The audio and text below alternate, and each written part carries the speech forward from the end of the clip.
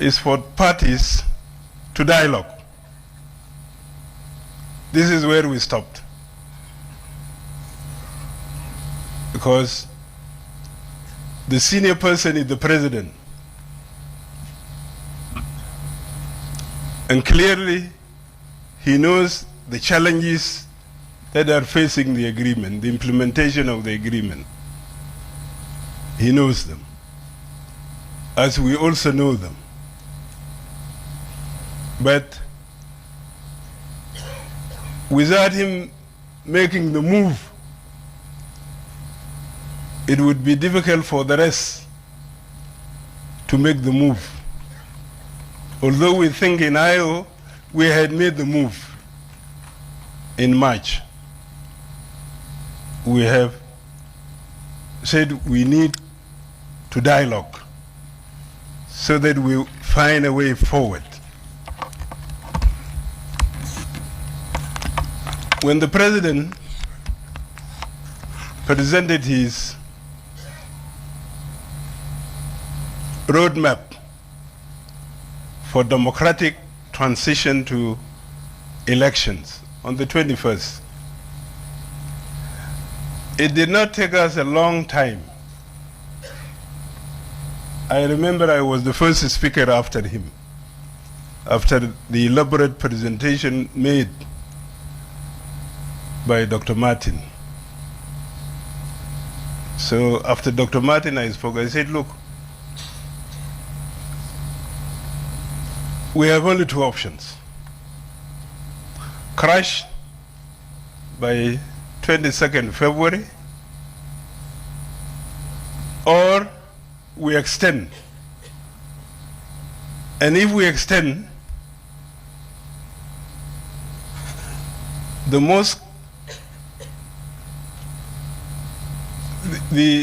issue of the Constitution is the one that is consuming more time. And as experts say, it takes 24 months to complete a credible constitution. And the experts are Max Planck Institute. Therefore, we say this is from this activity, when we have established the NCRC, to the Constitutional Conference, and the end of the transition. You have this activity of the Constitution, you have the activity of transforming the Parliament into a Constituent Assembly, and the activity of elections.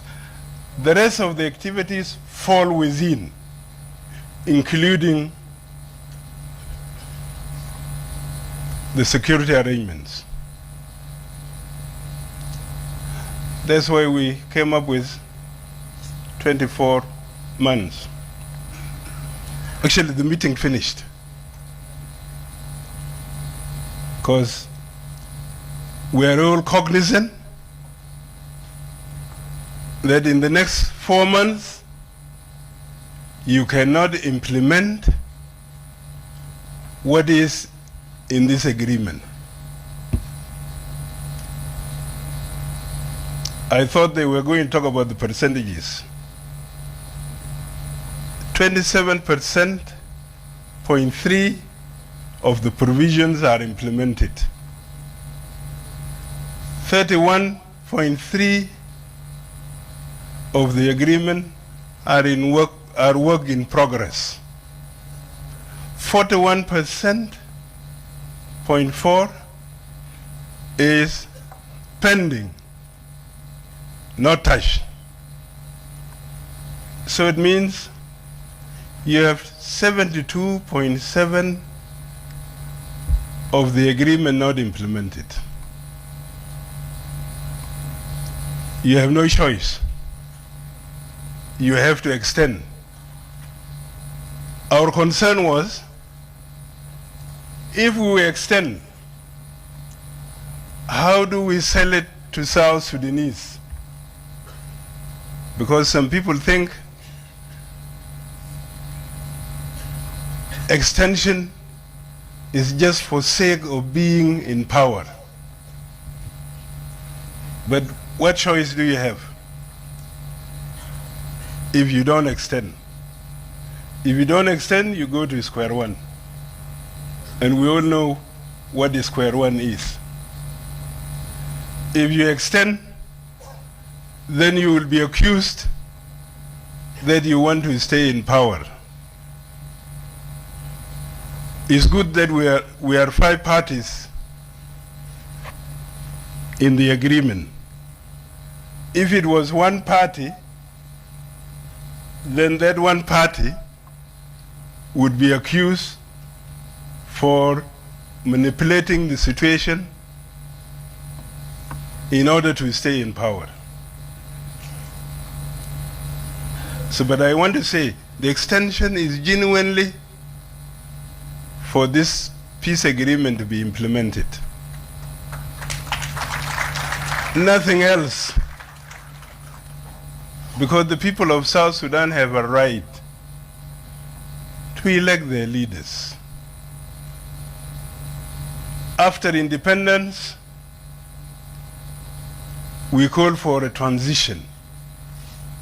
Before the independence, or while we were discussing the transition, others were saying we should go for elections. But we saw it was premature to go for elections. The national institutions were not established. The cadre that is supposed to run these institutions were not there. Some of you will remember we had to establish a diaspora desk in the office of the president to attract South Sudanese that have gone to diaspora to come and help in establishing the system. Now, we have unemployment. We have the necessary cadre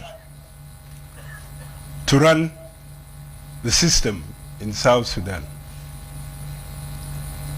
So there would be no need of a transition. But because this agreement, the title is, I didn't pick the title, don't accuse me, but it tells you, revitalize agreement on the Republic, on the resolution of the conflict in the Republic of South Sudan. The agreement addresses the root causes of the conflict. So if you don't implement it, then the root causes of the conflict will still be pending. The reforms that are necessary for this state would still be pending. I recall in Rome, at the initiation of the peace talks in Rome, I had a discussion with Thomas Cirillo after the president left and I remained behind to persuade him to come back. But he said, since you are committed to the agreement, go. If you implement it, you will have no reason to continue being a holdout group. I believe he kept repeating it to our delegations then went to Rome, that he has no agenda. If this peace agreement is implemented, all the solutions the root causes of the conflict are addressed in this agreement. Now our challenge is, we are going for extension of 24 months.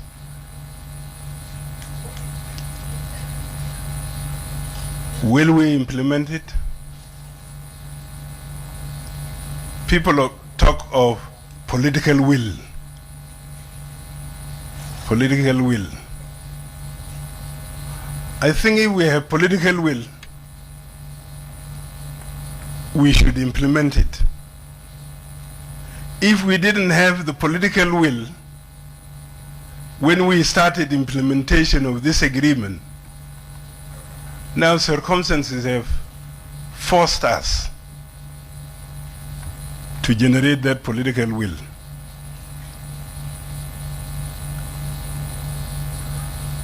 I agree with the first speaker from the civil society. When this agreement is described, difficult, complex, unimplementable, it gives you an expression of lack of political will. But if we take the challenge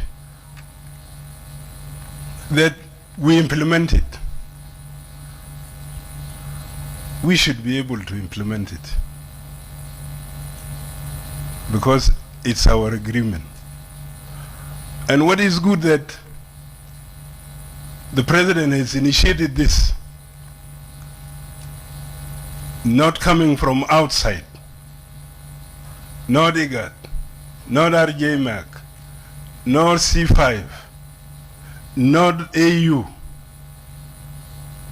We generated this will to implement it, to produce a roadmap, identifying what has been implemented, what has not been, what is in progress, and what has not been implemented, and have given ourselves the challenge to implement it in 24 months plus the remaining period of the transitional period. I think this is generation of political will. And therefore, we must move forward. This agreement cannot be implemented in a situation that the country structures don't change. The security system remains the same. It cannot implement itself, because you need to disseminate it. You need these political parties to be active in the forefront so that the people can own it. So it needs political space. If there is no political space, you can't. At all, you can't. I think the last 30 months, I came to Juba on the 17th of February, and we formed the government on the 15th. And the SPLM-IO is there. I have not been invited to come and to go for a rally. And the reason is, people are afraid to hold political rallies. You can't transform. Political parties cannot survive if there is no political space. We took a stand as IO in Parliament when the Right Honorable Speaker made her summary of what she thought on the Political Parties Act.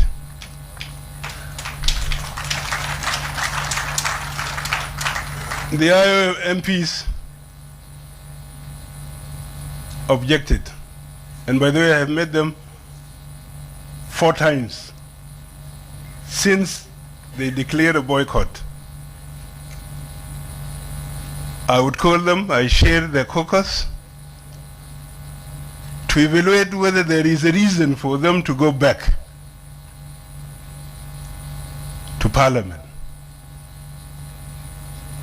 But they maintain, no, they will not go back. Because if they went back with what happened in the TNLA, I should kiss this agreement goodbye. This agreement gives us a way to work, whether in the executive or in Parliament. If there are differences, there is also a way of doing it. It is not the attendance. It is the consensus that you generate in Parliament. I personally, when I was told of what happened, I wrote to the President. I repeated to all concerned, because it was the first incident. And if this first incident is left to go, the SPLM-IG and its allies has a mechanical majority. It will pass anything they want to do. But then they would forget that there is an article which is 1.14.8 that tells you in Parliament, in doing your business, you must support the agreement. You must enact legislations that support the agreement and reforms in it. People read it, they forget this is a guideline. Now, if we start now, differences from the Political Parties Act, and we don't resolve them, and Parliament continues to work as if nothing has happened, what are we saying? What is the message? Yesterday I followed the budget being tabled. Shankson described SPLA as a giant. Okay, if the other giant is absent, what are you saying in that budget?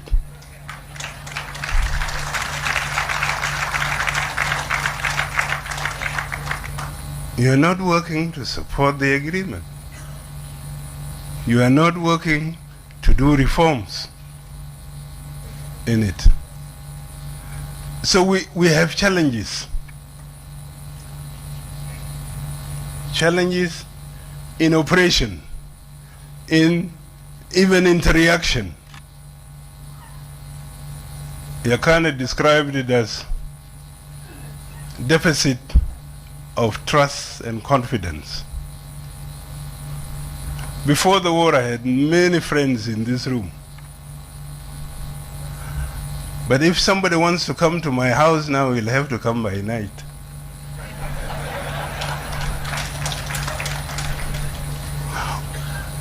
Why is that?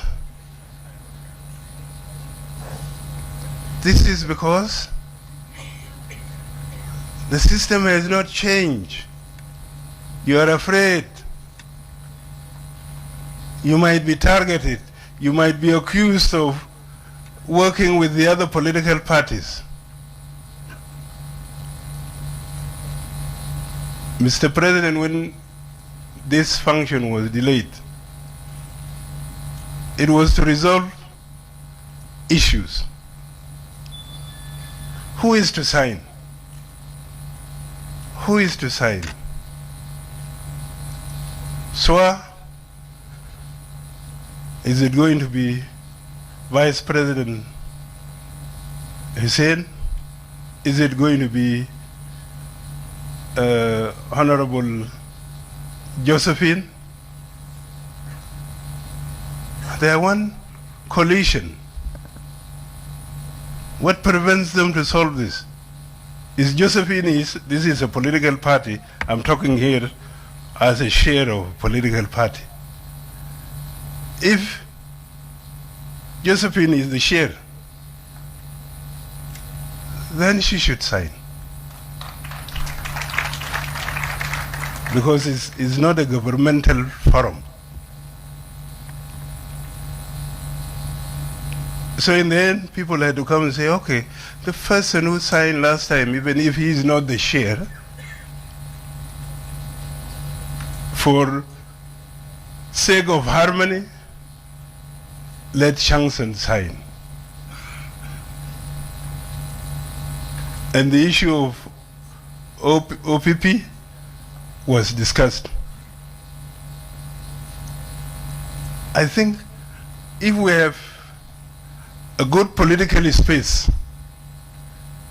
these political parties will resolve these differences. They will resolve them. So political space is important. I hope, Mr. President, in your statement,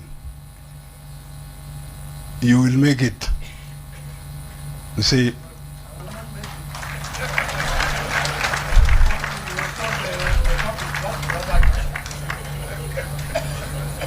yeah, I continue saying it. Mr. President, in your statement, it would be good to guide the nation on political space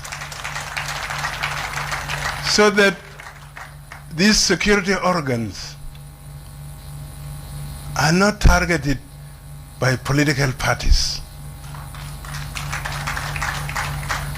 Because we would want to see our national security loved by all. We would like to see our police to be the protector of all. We would like to see our army, if one is in a bus, then a civilian will say, this man dies for me. Sit, take my seat. We would like to see that. We would like to see these organs supporting, serving our country. But with that direction,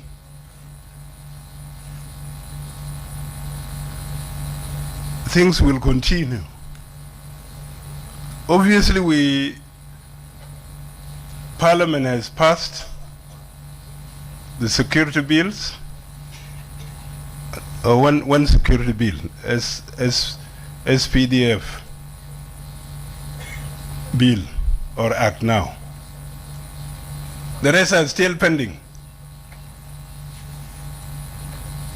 I hope any of these that had been passed in the absence of IO should return to Parliament,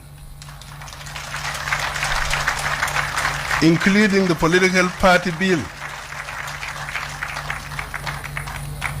so that we do it together. Deng was talking about unity.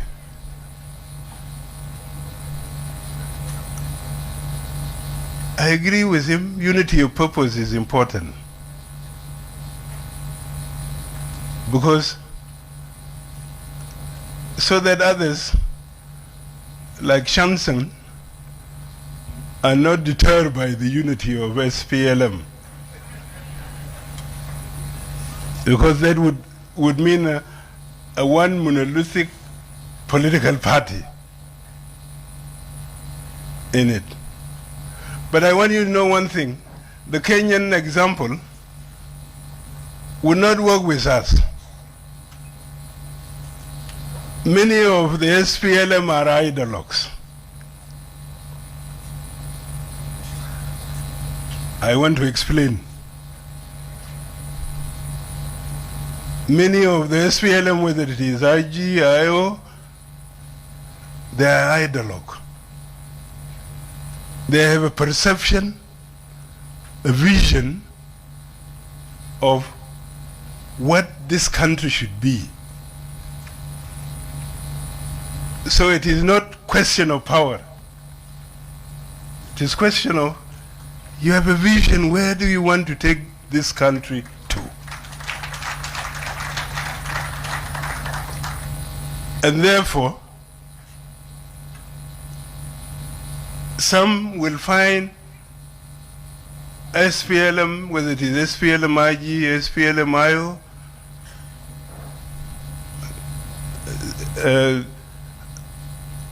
an animal which says, okay, this is the vision. We must do it this way. But if we want to do what the Kenyans do, it's good for their system. But for us,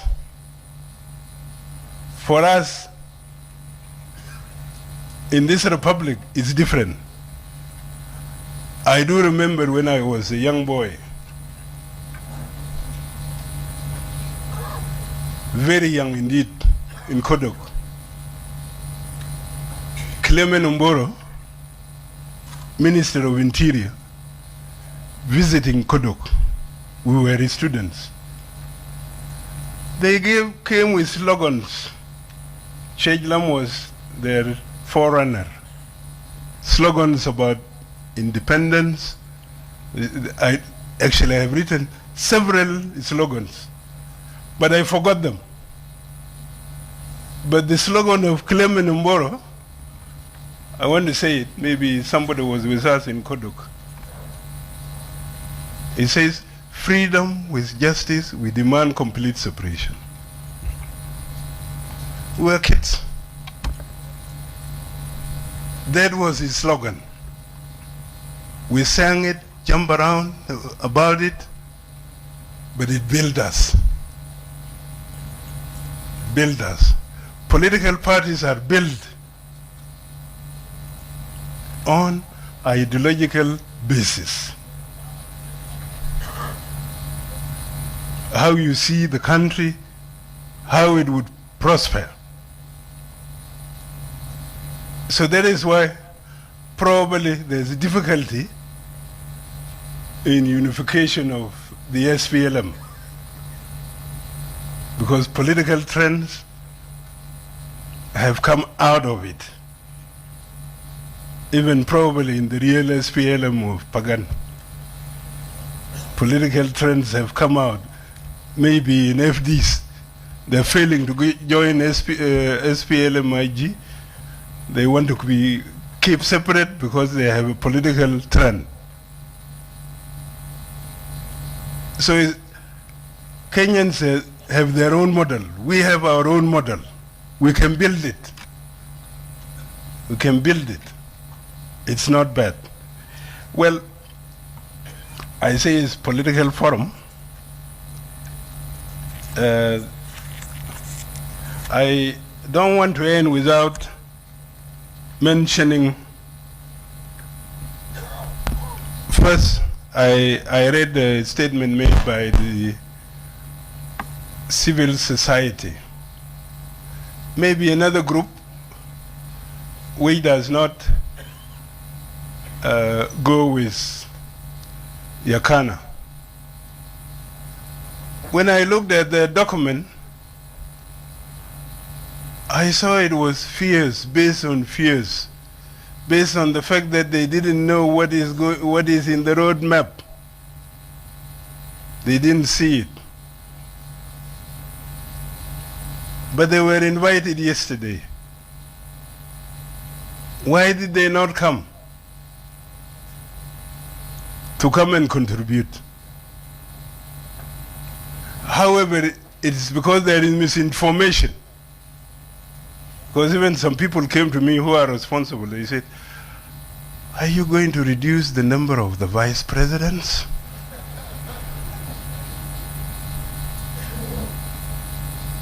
Are you going to reduce the number of ministers? But I say no. What we are doing is an extension. We're not reviewing the agreement. We're only extending it. We're giving it timelines in the metrics. If we have extended 24 months, we give new timelines for the metrics. So that no vice president, no provision is going to be touched. I believe when Dr. Martin read the document, no provision has been touched except pushing the time for 24 months. So the document I read from the civil society, that group,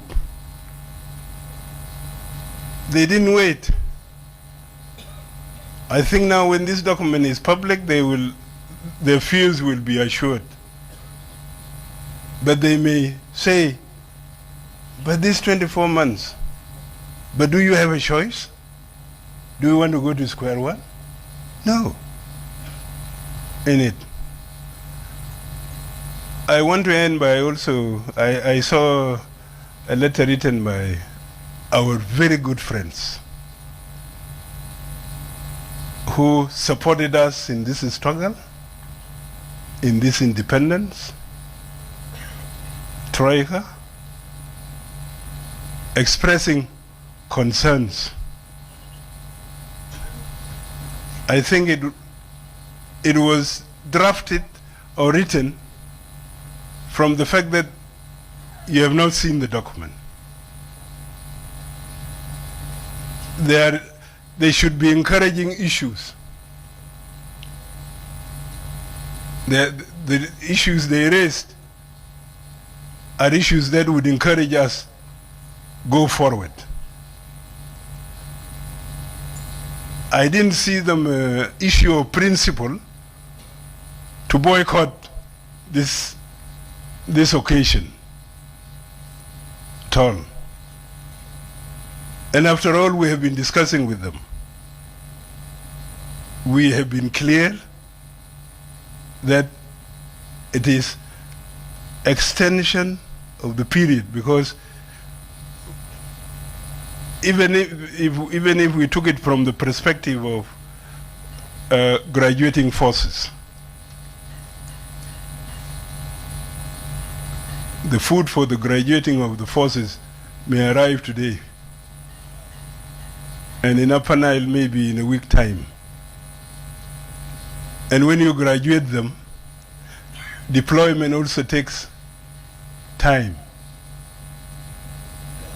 Okay, the biggest group of the forces is not yet there, because building confidence was not an easy thing.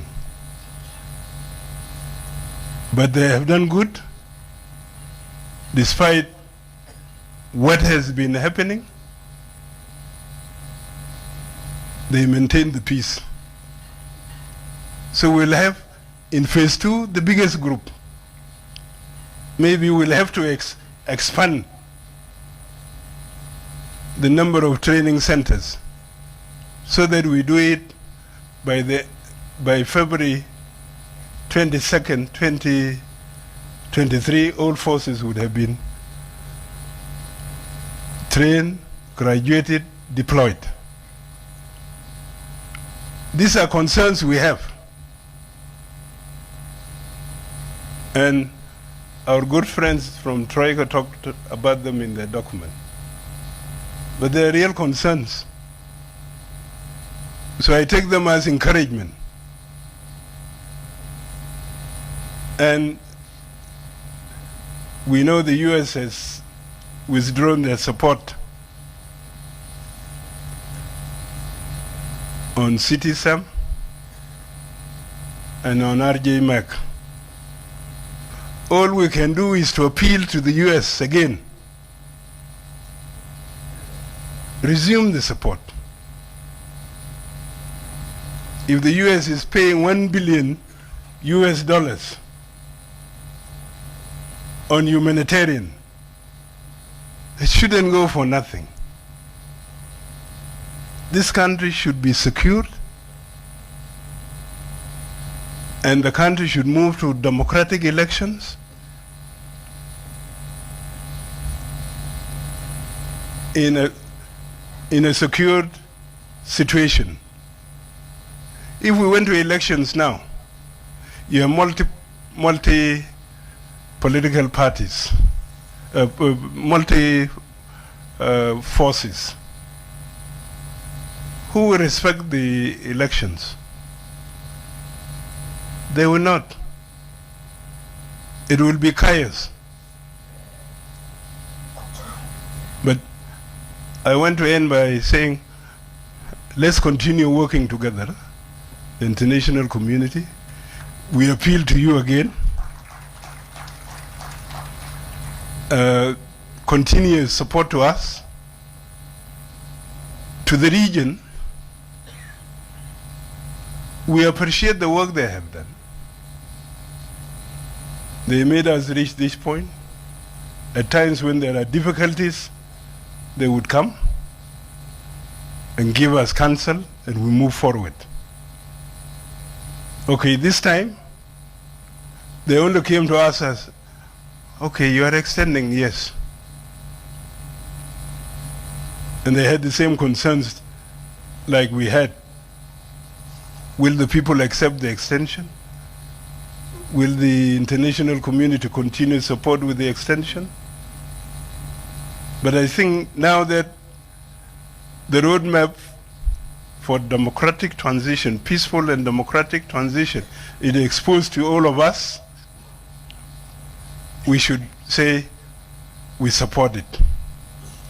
By this, I want to end my statement. Thank you very much.